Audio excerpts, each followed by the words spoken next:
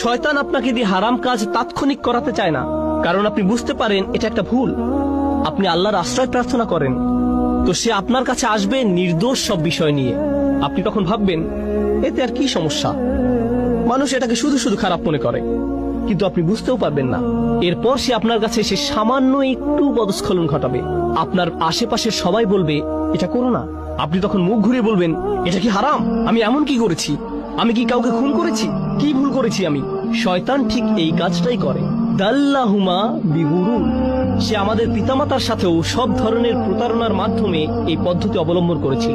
ব্যাপারটা ইন্টারেস্টিং যে আরবিতে গুরুর মানে প্রতারণা, আবার এর দ্বারা অহংকার বোঝায়।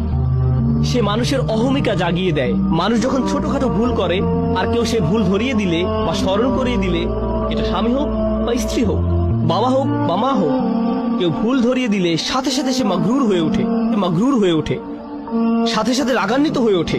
না, কি বলছো তুমি? তুমি কে আমার ভুল ধরার? এভাবে তাদের ইগো ভালো হওয়ার পথ বন্ধ করে দেয়। যে সমস্যাটা শয়তানের নিজের ছিল, অহংকারের সমস্যা। যাই হোক, অনেক সময় ধরে চেষ্টা করার পর সে সফল হলো। সে আমাদের পিতামাতাকে মুহূর্তের মধ্যে গাছের কাছে নিয়ে যেতে পারেনি। সে তাদের কুমন্ত্রণা দিল আর তার সাথে সাথে বলে উঠলো ভালো বুদ্ধি, ঠিক আছে চলো। না না না, এতে অনেক লম্বা সময় লেগেছিল তারা সেখানে যাওয়ার পূর্বে। অবশেষে তারা তাদের আদি ভুলটি করে ফেললো। আল্লাহ আযজা ওয়া জাল্লা বলেন বাদাত লাহুমা সাওআতুহুমা।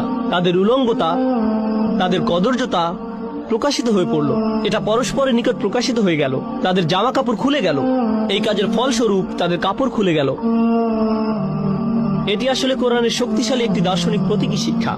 আমরা শুধু এর ভাবকে আক্ষরিক অর্থে গ্রহণ করি না, কিন্তু এর ভেতরে রয়েছে বহু প্রজ্ঞা। যখন মানব জাতি হারামের পথ অবলম্বন করে, হোক সেটা হারাম খাদ্য, হারাম উপার্জন, হারাম আচরণ, যখন আমরা সিদ্ধান্ত গ্রহণ করি যে আমরা আল্লাহর বিধান অমান্য করব, যখন আল্লাহ বলেন অমুক কাজ থেকে দূরে থাকো কিন্তু আপনি তার থেকে দূরে থাকেন না, তখন ধীরে ধীরে কিন্তু নিশ্চিত রূপে আপনি আপনার লজ্জাশীলতা হারিয়ে ফেলবেন। আপনি আপনার হায়া শরম হারিয়ে ফেলবেন। জিহ্বা দিয়ে নোংরা শব্দ বের হবে। এর উপর নিজের কোনো নিয়ন্ত্রণ থাকবে না। আপনি নির্লজ্জ হয়ে পড়বেন কথায়, নির্লজ্জ হয়ে পড়বেন দৃষ্টিতে, নির্লজ্জ হয়ে পড়বেন কাজের ক্ষেত্রে। এভাবে শুধু পতন হতে থাকবে। আর এই সব কিছু শুরু হয়েছিল আপাত দৃষ্টিতে এর সাথে সম্পর্কহীন একটি ব্যাপার থেকে, আদম হওয়ার ক্ষেত্রে একটি গাছের ফল খাওয়া থেকে।